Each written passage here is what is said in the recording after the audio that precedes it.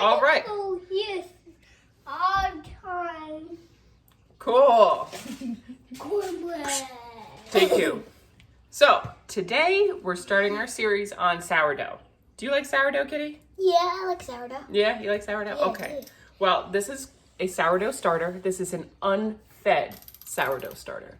And we're going to teach the people simply how to take care of a starter. All right, so we've got our sourdough here. And as you can see, there's a bunch of fluid at the top. That's called the hooch. It's supposed to be there. It's supposed to separate. That's what our sourdough starter looks like inside. The first thing I'm going to do is stir the hooch into the stuff on the bottom. So we're just stirring that back up. You can hear lovely sound effects brought to you by my 3-year-old David. You can see the hooch stirs right back into the sourdough starter. And it smells really good. It smells like very, very strong sourdough smell. Yes, it does. Yes, very good. Dave. Dave, do you want to 3-year-old. take a little smell? Yeah. Yeah, good.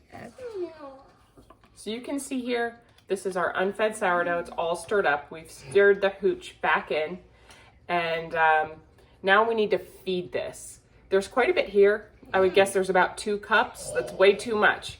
The general rule, and there's a lot of eyeballing when it comes to sourdough bread. Yeah, sourdough. The general rule is you want to put about as much food as what's left here. So I'm going to discard about 1 cup of the sourdough starter, and then I'm going to mix up some food for it in about an equal proportion, 1 cup, and then mix it together. Now, a little word about discarding your sourdough. I hate throwing the sourdough discard away. Don't you? Yeah. So we have recipes where we use the unfed sourdough, and they're really good. Yeah. What's your favorite one? My favorite one is making pizza on the grill with it. Yeah, we're going to do pizza dough today with the discard. Yep. So hang on. So we're just going to discard off. I'm putting this right into my mixing bowl for the pizza crust I'm going to make.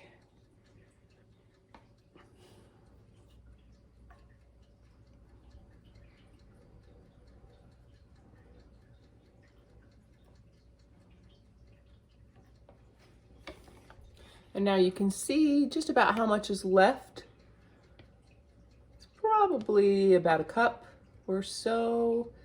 And I'm going to now make up the food, which will be about that much food to that much unfed sourdough starter. Now, this discard, I'm going to do something else with this. It'll be good. But I'll link the recipe. We're not going to do the whole pizza dough recipe. Okay, Yeah. cool. All right, so this is how you make your food for your sourdough. You're just going to add some flour. And I eyeball this. Right there. And then one over here. And then we're going to add just a little bit of water to it. All right. And let's see. It's about a 1-to-1 ratio of flour and water.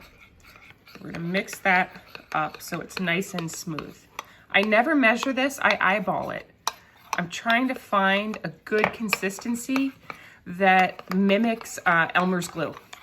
So if you can go back to 1st grade and using glue all the time. Kitty, you use Elmer's glue, right? Yeah. What do you think? Does that look about the consistency of Elmer's glue? Yeah, that looks like glue to me. Looks like glue to you? Yeah. All right. I'll give it a good stir so we get the lumps out of there.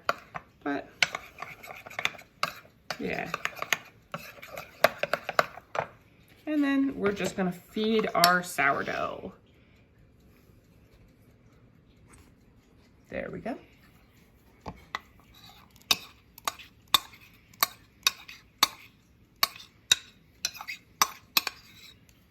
Okay. And give it a good little stir, right? That's it. That's how to take care of your sourdough. Now, I keep this sourdough in the fridge. Yep. And it gets fed about once a week. Okay.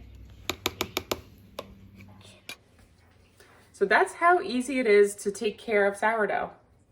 Oh, you're lovely. What do you think, Kitty? I think that's nice. Pretty nice, right? So the general premise, get rid of about half, replace with the same amount of flour and water mixture. The flour and water mixture is about a 1-to-1 ratio, 1 part flour to 1 part water, but eyeball it. It should look like Elmer's glue and be about that consistency, right?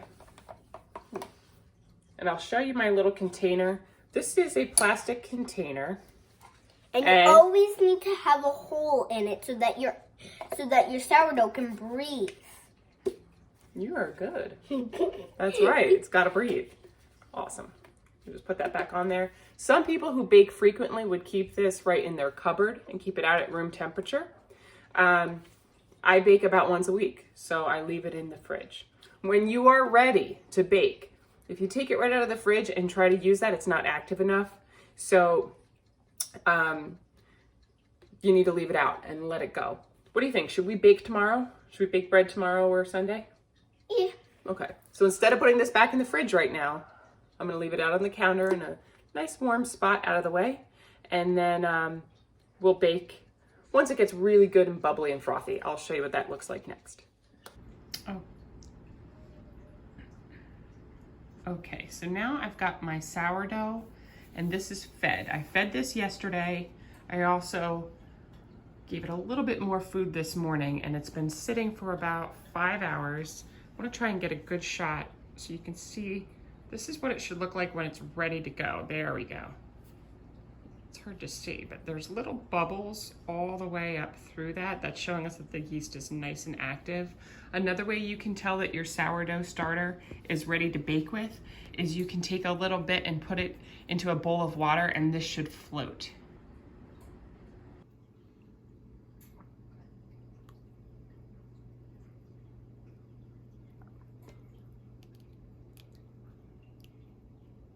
See how that floats when you put it in the water? That's a good active starter. So that's how to take care of a sourdough starter. If you keep your sourdough starter in the fridge, it needs to be fed about once a week. If you keep your sourdough at room temperature, your starter at room temperature, it needs to be fed every day. So another word about the sourdough starter that you keep in the fridge, if you are wanting to bake with it, what I typically do is I take it out of the fridge, I feed it, I let it sit at room temperature overnight. In the morning, maybe I'll feed it again, like you just saw, and then later on that afternoon is when I start baking bread with it. That way we know it's really active and really ready to go. I hope that helps you take care of your sourdoughs. Cheers.